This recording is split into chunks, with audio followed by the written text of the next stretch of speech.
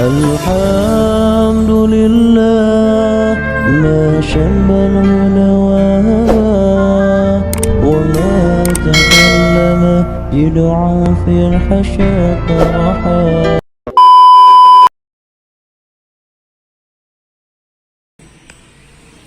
Ternyata akhirat tidak kekal ya. Terus tonton video ini, jangan sampai salah paham dalam review buku karya Agus Mustafa. Ternyata akhirat tidak kekal. Assalamualaikum warahmatullahi wabarakatuh. Perkenalkan, saya Muhammad Haji Abdul Rahman, mahasiswa Ilmu Pendidikan Agama Islam di Universitas Pendidikan Indonesia atau UPI. Di tangan saya ada karya Agus Mustafa yang ternyata berjudul Akhirat Tidak Kekal. Di dalam buku ini secara singkat beliau menerangkan tentang tasawuf modern. Bagaimana selanjutnya, terus tonton video ini. Lantas mengapa saya memilih buku ini? Di sini dikemukakan bahwasanya ilmu agama dengan penelitian atau sains itu digabungkan. Kalau misalnya kita tahu hujan ini karena rahmat Allah, maka dibuktikan dengan sains dan sebagainya. Inilah hal yang paling saya menarik. Jadi ketika keterangan di dalam agama menyebutkan A, maka terbukti oleh ilmu sains dan masuk akal. Penulis ini menyajikan kita bahwasanya apa-apa yang sudah diterangkan di dalam agama ini ternyata nyata benar. Allah Subhanahu wa taala yang mengaturnya, subhanallah. Buku ini banyak sekali hal-hal yang tadinya saya tidak tahu menjadi tahu, dan tadinya saya kurang yakin menjadi lebih yakin lagi, dan ternyata kehidupan kita semua ini tidak terlepas dari mekanisme yang Allah Subhanahu wa taala telah atur sedemikian bagus dan detail. Sekilas penulis, Agus Mustafa ini lahir di Malang 16 Agustus 1963. Ayah beliau adalah guru tarekat yang intens. Dulu ayah beliau juga pernah menjadi Dewan Pembina Tarekat Islam Indonesia. Sejak kecil, Agus Mustafa sudah tertarik dengan ilmu filsafat, sehingga dengan berkembangnya menambahnya ilmu, ia terus menggabungkan antara ilmu tasawuf dan ilmu sains, akhirnya menjadi sebuah ilmu yang baru yang bernama ilmu tasawuf modern. Buku ini adalah terbitan kedua. Yang pertama adalah Pusat Energi Ka'bah. Yang kedua adalah Ternyata Akhirat Tidak Kekal. Agus Mustafa ini memiliki banyak sekali buku-buku, sampai 47 buku sekarang. Beliau adalah termasuk penulis buku yang aktif. Bagaimana kita membaca dan lain sebagainya, buku-buku tersebut kini sudah ada di toko-toko buku dan sebagainya. Pada video kali ini saya akan membahas review tentang Ternyata Akhirat Tidak Kekal. Poin penting yang menjadikan saya suka dengan buku ini ada 3 poin. Yang pertama, akhirat adalah kehidupan manusia sesudah kematian. Mengapa seperti itu? Karena kita tahu bahwasanya setiap yang bernyawa ini pasti akan mati. Kullu nafsin dha'iqatul maut di dalam Al-Quran. Sehingga kita bisa lebih mempersiapkan diri kita untuk bekal kehidupan kita di akhirat. Susah senangnya kita di akhirat nanti tergantung pada apa yang kita lakukan sekarang. Taat atau tidaknya kita kepada Allah menentukan bahagia atau tidaknya kita di akhirat.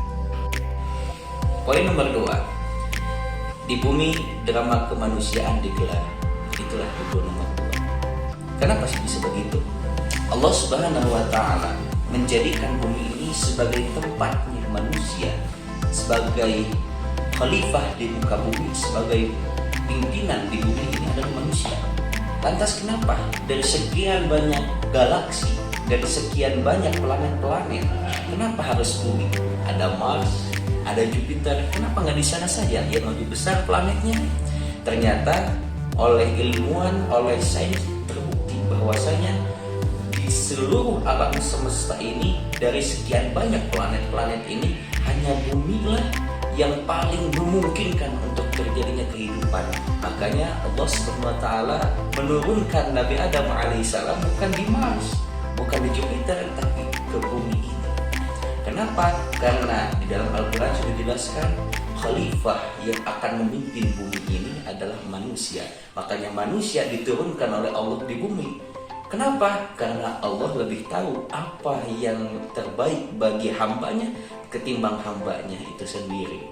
Maka kita bisa melihat khalifah di bumi yang menjadi pemimpin di bumi ini adalah manusia. Maka manusia harus bisa menjaga, harus bisa melestarikan alam dan sebagainya. Habdun minallah, kita ibadah kepada Allah.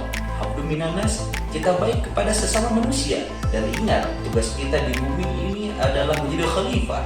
Maka kita harus senantiasa habdun minal alam, menjaga alam, melestarikan alam. Jika kita sudah bisa menjaga alam, insya Allah alam akan menjaga kita. Telah tampak kerusakan di laut dan di bumi ini karena disebabkan oleh ulah tangan-tangan manusia yang seharusnya menjadi pemimpin, yang harusnya mengayomi dan melindungi, ternyata malah membabat habis alam, bahkan membakarnya. Alhamdulillah ini dari. Makanya ini masih berkaitan dengan bab yang pertama, apa yang kita lakukan di dunia itu akan berbuah di akhirat. Kalau kita bagus di akhiratnya, kalau kita bagus di dunianya, maka pasti di akhiratnya pun kita akan bagus. Poin ketiganya adalah langit apa dan di mana. Kita tahu bahwasanya bukan manusia saja yang tinggal di alam semesta ini. Ada langit, ada bumi, makhluk, matahari dan sebagainya. Tapi tahukah kalian, Allah menciptakan langit ini mempunyai beberapa tingkatan. Ada tingkatan pertama yang dihuni oleh makhluk yang panas seperti kita dan sebagainya sampai langit ketujuh. Dan tahukah kalian, penciptaan langit ini Allah SWT telah menciptakannya dengan begitu mendetailnya sekali. Kita tahu bahwasanya sinar matahari yang masuk ke bumi ini dihalau dulu oleh 7 atmosfer. Jikalau tidak ada atmosfer seperti itu, maka cenderung akan membahayakan manusia. Dan tahukah kalian, penulis menceritakannya bahwasanya di dalam bukunya bumi ini 72%-nya adalah hidrogen dan sisanya adalah oksigen. Mengapa seperti itu? Bukankah oksigen lebih kita butuhkan daripada hidrogen? Tahukah kalian, jikalau oksigen lebih besar daripada hidrogen, maka akan terjadi yang namanya korosi, yang mana benda-benda seperti besi dan sebagainya akan mudah dan cepat sekali untuk karatnya. Dan inilah Allah menciptakan segala sesuatu itu bukan tanpa alasannya, dan Allah mengatur. Dan tahukah kalian satu lagi, penulis membuat saya tercengang.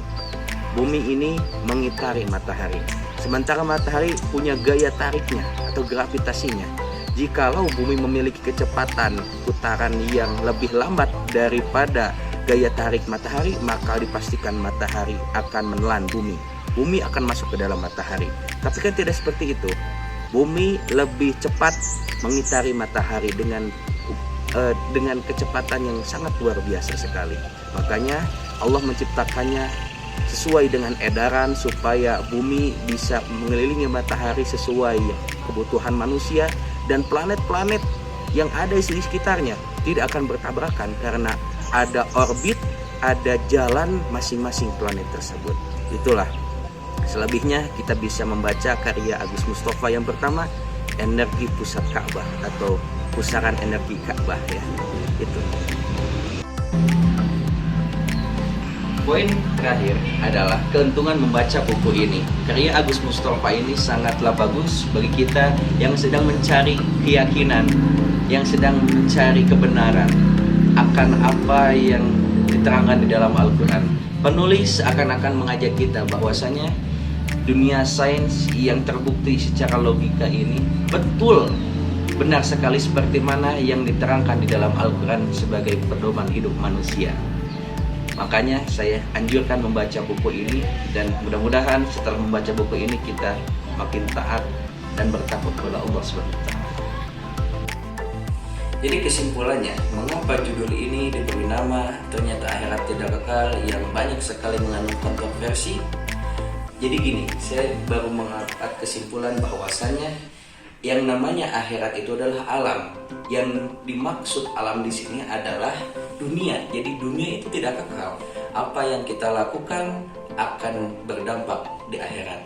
Kalau kita baik, kalau kita taat, kalau kita bertakwa kepada Allah SWT dengan meyakini apa ciptaannya dan begitu banyak mekanisme yang bermanfaat bagi kehidupan manusia.